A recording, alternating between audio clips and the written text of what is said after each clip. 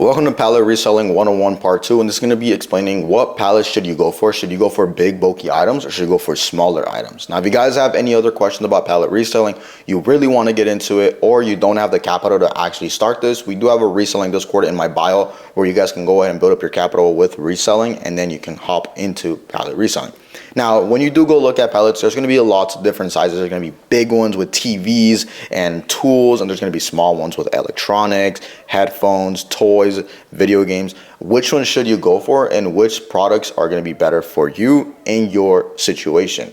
Now, first of all, if you are going to do pallet reselling and you're a beginner, most beginners are going to go for those tools, those electronics, those pallets that are a little bit bigger, medium size, like monitors, but that also means that everybody else that's starting and that's in your area is going to go for those pallets as well, meaning that the profit on those products is going to be less because the market is going to be more saturated near you with those types of pallets. On the other hand, if you go for the smaller products, the products are a little bit more small, the products that are, able to sell online and they don't cost too much to ship out, you are going to be able to sell those for a little bit more profit, but those are going to have to be shipped out. So you kind of have to weigh it out. Do you want to just get the cash and meet up with the people really quickly? Do you want to list them online and wait for the product to sell and then ship it off and make more money long term, but it takes a little bit longer to sell? It's all up to you. Now, if I was you in your situation, I would go for a pallet that's a little bit mixed, a little medium, a little bit of big products, a little bit of small products, and then so you can get the gist of both worlds, kind of, get the idea of how to sell locally and how to sell online. And then from there, you can pick your poison and see what actually works best for you.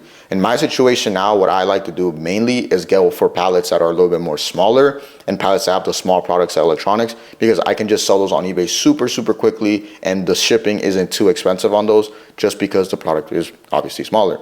And if you are selling online rather than local, there is more eyes on your product, meaning that sometimes it can actually sell faster than other products. But you do have to wait for your payment, and you do have to wait for the product to get shipped out, which is a little bit of a hassle. But once you start building up that capital, it doesn't really matter too much. But yeah, if you guys have any other questions, make sure you guys comment down below, and I'll go ahead and make a video on every single comment that you guys have. And like I said, the Discord is in my bio if you are actually serious on pallet reselling.